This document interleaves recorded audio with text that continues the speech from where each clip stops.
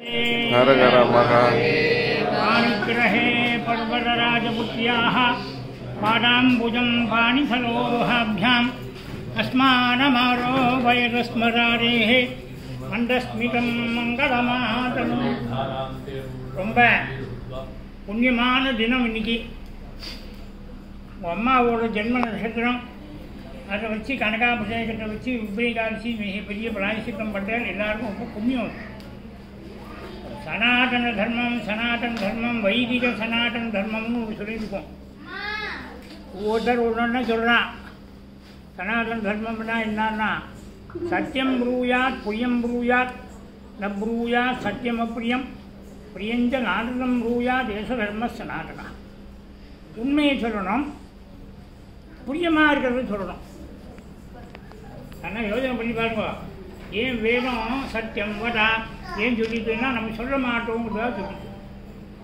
எல்லா இடத்துலையும் எல்லாரும் உண்மையும் சொல்ல முடியாது, எல்லா உண்மையும் சொல்ல முடியாது எல்லா இடத்துலையும். நீங்கள் சத்தியம் சொல்கிறதானாலும் பிரியமாக இல்லைன்னா அப்போ அந்த சத்தியத்தை சொல்லவே கூடாது.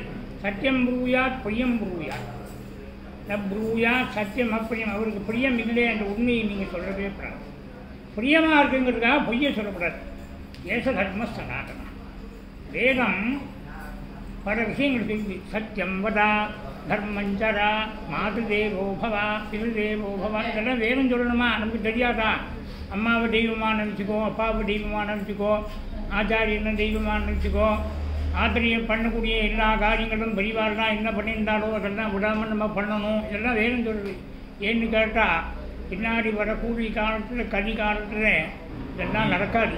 எல்லாரும் வாழ்க்கையில் யாராவது ஒரு சின்ன குழந்தையை கூப்பிட்டு கேட்டாலும் உனக்கு என்னடா லட்சியம் வாழ்க்கையிலன்னு கேட்டால் எல்லாரும் என்ன சொல்கிறான்? மாமா நிறையா பணம் சம்பாதிக்கணும், அமெரிக்காவுக்கு போகணும், நிறையா டாலரை சம்பாதிக்கணும், அங்கேயே வீடு வாங்கணும், அங்கேயே இருக்கணுங்கிறான்.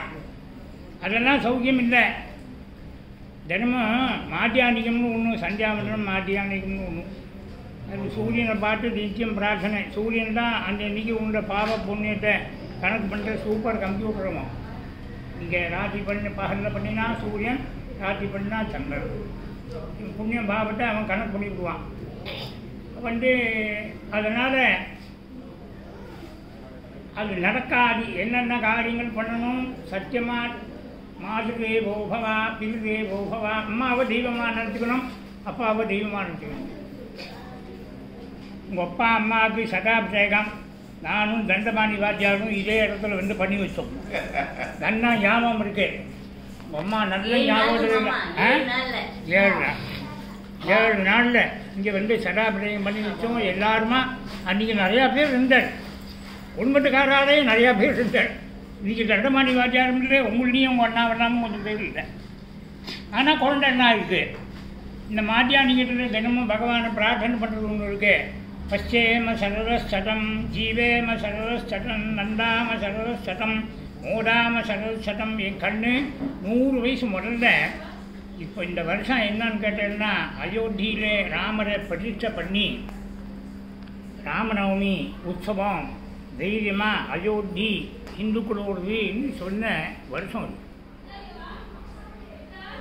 ஞாயிற்றுக்கிழமை அன்னைக்கு நாகேந்திரூரில் 100வது வருஷம் வந்து ராமநவமி உற்சவம். 1 மாதம் பண்ணுறா, 1 மாதம் உற்சவம் பண்ணுறா. ராமாயணம் என்ன சொல்கிறது? நான் வந்து நிறையா 100கணக்கான வருஷம் இருக்குன்னு சொல்லுது. வேறுமோ அதான் சொல்லுது. ராமரோட ராஜ்யத்தில் 100கணக்கான வருஷம் ஜனங்கள் இருப்பா. சதாயுஷாக நராஸ்தருவே, எல்லாம் ஆரோக்கியமாக இருப்பான்னு. பச்சேம சரதம். கண்ணு நல்லா தெரியணும், காது நல்லா கேட்கணும், நாமே நடந்துக்கணும், நம்ம காரியத்தை பண்ணணும். சின்ன குழந்தையும் தெய்வமும் கொண்டாடுற மாதிரி. சின்ன குழந்தைகளை கொண்டாடுறோம், வான்னு ஒரு குழந்தையை தூக்கி வச்சு கொண்டாடுறோம், அதை பார்த்து நம்மளை சிரிக்கிறது. அதே மாதிரி தெய்வத்தை கொண்டாடுறோம். தெய்வம் முதல்ல தாயார் தகப்பனார தெய்வமாக நினச்சி அவள் வயசான நாளில் அவளை கொண்டாடணும். அது இந்த குடும்பத்துக்கு ரொம்ப பெருமை.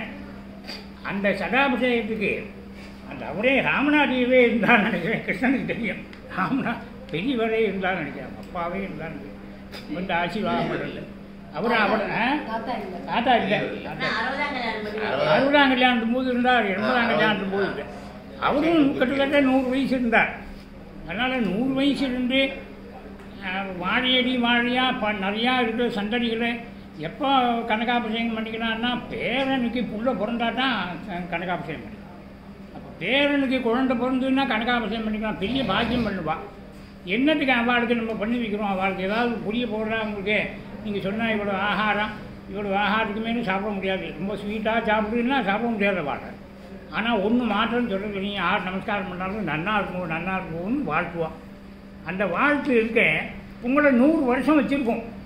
இன்னும் 100 வருஷம் உங்கள் குழந்தைகளுக்கெல்லாம் புத்தியெல்லாம் மாறாமல் நம்ம தாத்தாவை கொண்டாடணும், அங்கே இருக்கவா பெரியவாளெல்லாம் கொண்டாடணுங்கிறது எண்ணம் வரும். இதுதான் ஹிந்து தர்ம கலாச்சாரம். இப்போ கூட்டு குடும்பத்தில் எல்லாருமா ஒரு ஃபங்க்ஷன் பண்ணுறதே இதுக்காக, எல்லோரும் வரணுங்கிறதுக்காக.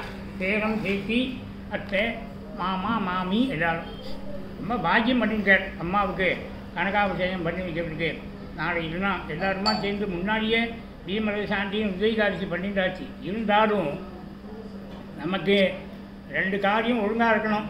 தேவதிர்காரியாபியான்ன பிரமதிதவ்யம். தேவதா காரியங்கள் பிதிர்காரியங்களை விடாத பண்ணணும். ஆற்றில் பண்ணக்கூடிய சமாராதனை, சுமங்கலி பிரார்த்தனை, சார்த்தங்கள் இதெல்லாம் விடாத பண்ணணும். பண்ணலையானா என்ன ஆகும்னு கேட்டால், அந்த பணம் இருக்கும் சந்தோஷம் இருக்காது. பணம் வேற, பணம் இருக்கிறது வேறு, சந்தோஷமாக இருக்கிறது வேறு. பணம் இல்லாமல் சந்தோஷமாக இருந்துடலாம், பணத்தை பற்றி சந்தோஷமாக இருக்க முடியாது. அவளுக்கு கனகாபிஷேகம் பண்ணி வச்சு அவளுக்கு ஆசீர்வாதம். அதனால எல்லாருமா சேர்ந்து பண்ண வேண்டிய விஷயம். கிருஷ்ணனோட அம்மாவுக்கு பண்ணினான் சங்கர் ஈஸ்வர். அம்மாவுக்கு சதாபிஷேகம் இவாள்தான் பண்ணினான். விவசாயபுரத்தில் கனகாபிஷேகம் பண்ணினான். ஆனால் பேரனுக்கு புள்ள பேரனுக்கு குழந்தை பிறந்திருக்கும். பிறந்தா தான் கனகாபிஷேகம் பண்ணிக்கலாம். சாதாரணமாக வயசாகிருக்கும். சதாபிஷேகம் பண்ணிவிடலாம். கனகாபிஷேகங்கிறது எல்லாருக்கும் குடும்பத்திலே ரொம்ப சௌக்கியம் வரணும், மனசில் ஒரு சந்தோஷம் வரணும். அப்படின்னா இங்கே எல்லாரும் வந்து இருந்து இன்றைக்கி இன்னும் கொஞ்சம் பேர்லாம் இருக்குது. இந்த ஆற்றுல இந்தாமே சுபாவமாக 100 பேர் உண்டுன்னு நினைக்கிறேன். 100 பேருக்கு மேலே உண்டு. அந்த சதாபிஷேகத்துக்கு போது பார்த்தேன் அப்படி தானே. ஆற்று மனுஷாலே 100 பேருக்கு மேலே உண்டு. பெரிய மனுஷால் இல்லாமே எல்லோரும் வந்து பேரம் பேத்தி எல்லாருமா வந்து இருந்து அந்த கனகாபிஷேகத்தை இந்த அம்மாவுக்கு பண்ணி வச்சேன்னா எனக்கு ரொம்ப சந்தோஷமாக இருக்கும். ஏன்னா இருக்கக்கூடிய காலத்துலேயே அவள் மனசு திருப்தியாகி ஆசீர்வாதம் பண்ணணும். ஆசீர்வாதம்னா எல்லாருக்கும் கனகாபிஷேகம் பண்ணுறாப்புல ஒரு கௌரவம் வரும். அதுக்கு தான் இந்த பிராயசித்தமான ஹோமங்கள்லாம் பண்ணுறோம். எல்லா பாபமும் நிவர்த்தி ஆகணும்னு உருதுன்னு சொன்னால், வேதத்தில் சொன்னால் எல்லா விதமான பாபங்களும் உருது ஜபம் பண்ணி ஹோமம் பண்ணினா அதெல்லாம் நிவர்த்தி ஆகும். பரமேஸ்வரன் தான் வந்து அவ்யாதி காத்திரம் அனுகூல தரங்கலத்திரம் ஏஸ்ம பிரசஸ்த விபவா விசதாதி வித்யா சாத்தியம் குரும் சலமகால கதிசமர்த்தா சம்போ கட்டாட்ச பரிணாம விபூதி தேசா. வயசு நிறையா இருந்தால் போராது, வியாதி வரக்கூடாது. டாக்டர் தான் இதாகும். இருந்தாலும் டாக்டர் வைத்தியம் பண்ணலாம், நமக்கு வியாதி வரக்கூடாது. வியாதி வரலாம், தீர்க்கமான வியாதிகள் தான் வரக்கூடாது. நமக்கு தீர்க்க ரோகங்கள் தான் வரக்கூடாது. ஆட்டுக்காரி சொன்னதை கேட்கணும். ஆட்டுக்காரி சொன்னதை கேட்கணும்னா ஆட்டுக்காரன் சொன்னதை கேட்கணும்னு அர்த்தம் தான். 70 வயசு மேலே ஆச்சுன்னா இந்த அம்மா சொன்னது தான் கேட்கணும். தர்மசாஸ்திரத்தில் 2 விதம் இருக்குது.